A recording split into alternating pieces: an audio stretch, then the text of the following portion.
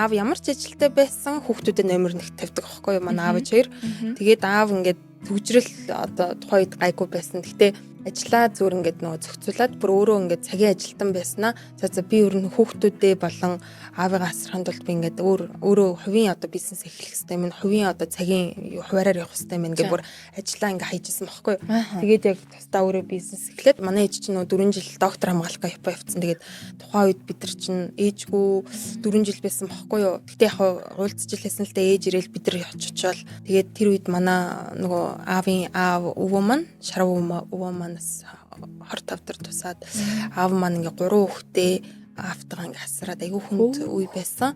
Ээж маань ч гэсэн тэнд ганцаараа яах вэ? Ямар л хэлэг байх вэ? Тэ одоо ингээ би бодохны 3 хүүхдээ үлдээж яваад нөхрөө үлдээж яваад ингээ тэнд ингээ сурдаг. Тэгээд үнэхээр ингээ сэтгэл зүйн өвч гэсэн айгүй санаад ингээ хэцүүдэг гэсэн болохоор өстой фүли 7 хоногийн ажилд сурдаг гэсэн байхгүй. Ямар ч өөртөө зай завсар гунях гутрах хуцаа гарахгүй гэдэг ингээ айгу зүтгэдэг байсан. Тэгээд тэр үед манай ээж маань айгу амархан бууралцсан. Чин стресс тэгэхээр айгу хурдан бууралддаг, хотоод нь өвддөг тийм болчдаг. Тэгээд тэр болгоныг бид нар гэр бүлээрээ хамтдаа туулж ирсэн болохоор би ч гэсэн жоохон хөвгтэйсэн. Тэр үед үнэхээр ээж авгаа одоо ээжгаа үнэхээр сандаг байсан. Тэг байнга үйлдэг.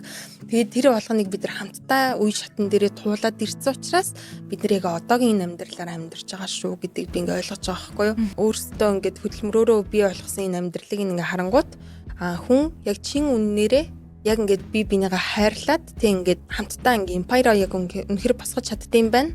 Тэгээд гол нь хүүхдүүд нь хизээч өөрсдийг ингээд дуудаагүй байхад тэг ирээч ээж дээр ирээч аав дээр ирээч гээгүй байхад нь зүгээр санаачлахаараа ингээд ороод ирдэг. Бид нар чинь ингээд амар ойрхон бохгүй юу. Бүтэн сайн болгон уулздаг. Бүтэн сайн болгон аав маань бидэрт стейк шарж өгдөг.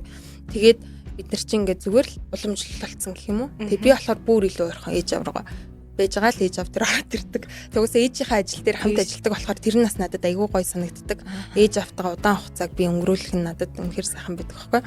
Тэгээд ээж аав маань одоо тухайд бас боломжгүй байсан бол одоо үнэхээр бас ингээд боломжтой бас болсон учраас хүүхдүүдийгээ хүссэн юмд ингээд үнэхээр дэмжиж хүссэн гэдэг юмыг хийлгээд ингээд хамгийн анхны хөрөнгө оруулалтуудыг нөгөөд ч гэдэг юм уу те ирээдүйд илүү мундаг болох дээр ингээд суурийг ингээд тавьж өгч байгаа. Тэгээд би бол ээж автаа үнэхээр талархаж явна.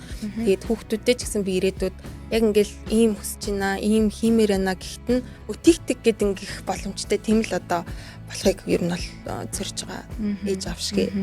Зориг дутагдах мөчүүд хин нэгний түүхэл чамайг түшдэг. Subscribe хийгээд 7 хоног бүр хамтдаа шин түүх сонсцгоё.